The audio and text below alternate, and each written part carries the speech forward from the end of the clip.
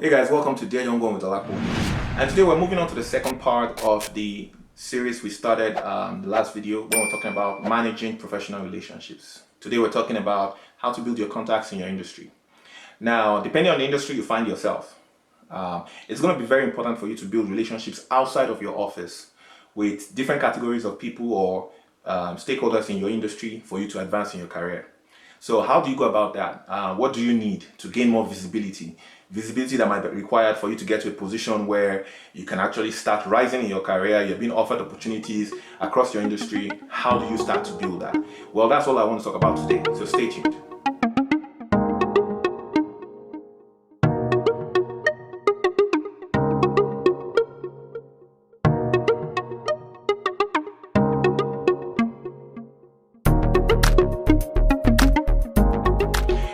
Okay, so welcome back. So where do you start from, and how do you go about building relationships in your industry that will be very vital to your career development? Let's start from the brass tacks. The fact is, you need visibility to advance in your career. And when I'm talking about visibility, I'm not talking about just being on TV or on radios, on podcasts, and so on. No, those are all critical parts of visibility. But the most important thing, first of all, is creating a social image for yourself that actually allows people to relate with you, that actually allows people to understand and get to know you better. So that starts first of all with your LinkedIn. And when I talk to young professionals, I can't overemphasize how important your LinkedIn page is. It is very important that you have a very well developed LinkedIn page that tells people about you, because a lot of recruiters that want to find people, they first of all start from your LinkedIn page.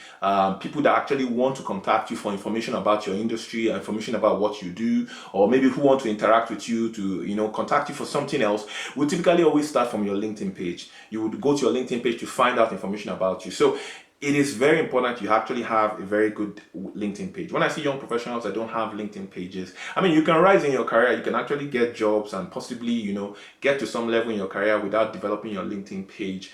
But for someone who actually wants to build his career and actually develop his career, you do have to have a well-developed LinkedIn page. Not necessarily a premium subscription on LinkedIn. You can actually have a regular subscription on LinkedIn, but make sure you fill in information about yourself, about your education, about your background, your likes, your dislikes, your abilities, the things that you are very good at. Have your friends write recommendations and endorsements for you. Make sure you actually develop it very well. What are your interests? If you know stuff about your industry, you should start to write articles or post articles. If you don't have stuff you know enough to write about, then post articles from websites, stuff that you find pretty interesting about your industry. Post them on your website, on your LinkedIn rather.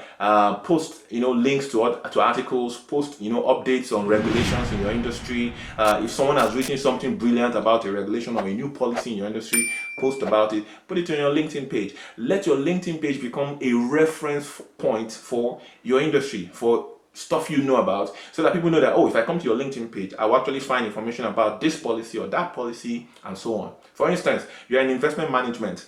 What is the TFSA regulation for the year currently? People should be able to come to your page and find it out. So know stuff about your industry and then put that on your LinkedIn page. It helps to boost your LinkedIn profile.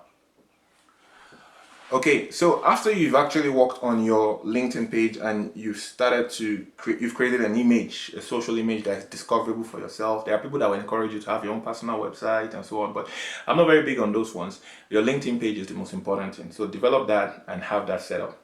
Next thing is industry associations. You need to belong to industry associations. Find out the key associations in your industry and belong to them. Associations where your views can be heard. You can actually make contribution to either policy or operational performance in your industry, or contribution to how your industry players are recognized and so on. Find those associations and belong to those associations. Those associations would have conferences, they would have workshops and seminars where you would learn, you would be able to network and actually meet people in your industry. You'll be able to participate in those sort of discussions that go on. There will be roundtables where you can participate and actually bring value to the table.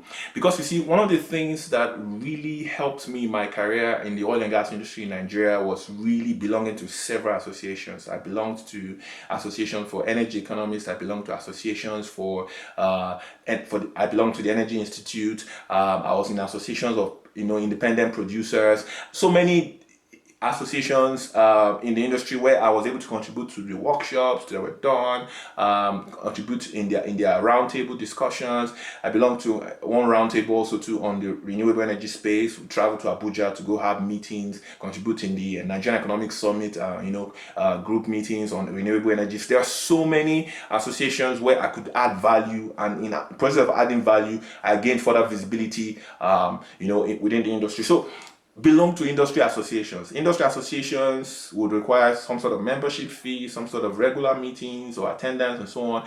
Make sure you belong to those industry associations.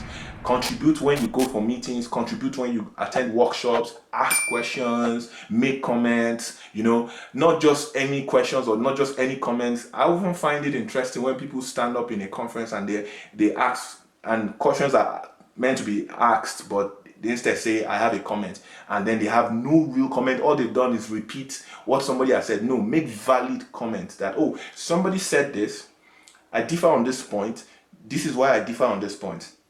And I would like to further understand why you maintain your position. Make valid comments or ask questions, and then that would help you start to get some visibility on your industry. Number 3 is don't look down on any introduction in the industry. It could be at a social function, it could be at an industry-related function. Wherever you get an introduction, take it and keep it, store it. Make sure that you get introductions. It could be on LinkedIn, it could be offline, it could be at a friend's wedding, it could be at an industry association workshop or seminar.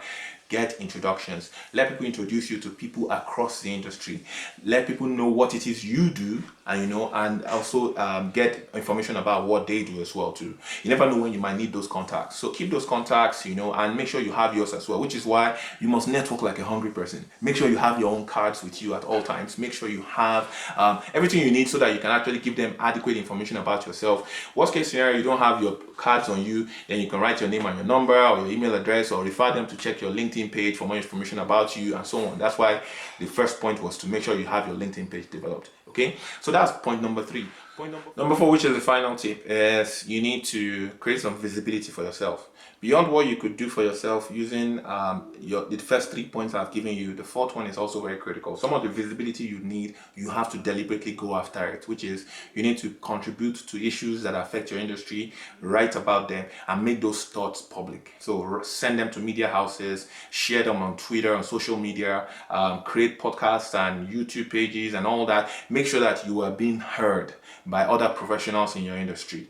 Creating that visibility for yourself should not be something that takes all of your time, but as often as you can. And it requires you to actually have good thoughts about your industry. It actually requires you to have, stuff that is actually very brilliant, that actually makes sense. So if you can do that, put that together and share them out.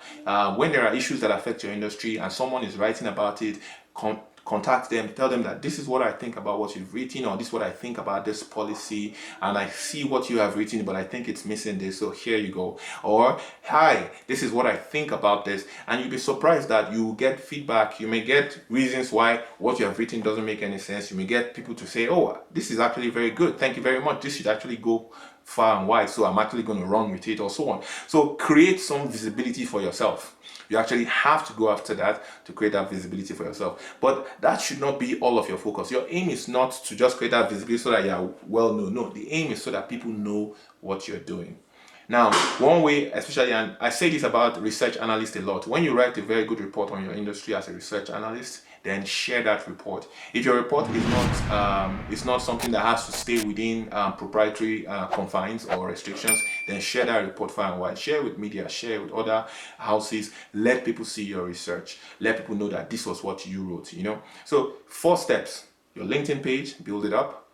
The second thing, your industry associations, join them. Networking, you must do that very hungrily. Take introductions to other professionals in your industry. And number 4, actually work on creating some visibility for yourself on social media, through media houses, and through all channels that are available to you. Now, if you take these 4 steps, I assure you that I believe that this would help you build contacts in your industry, which will be very valuable to your career development.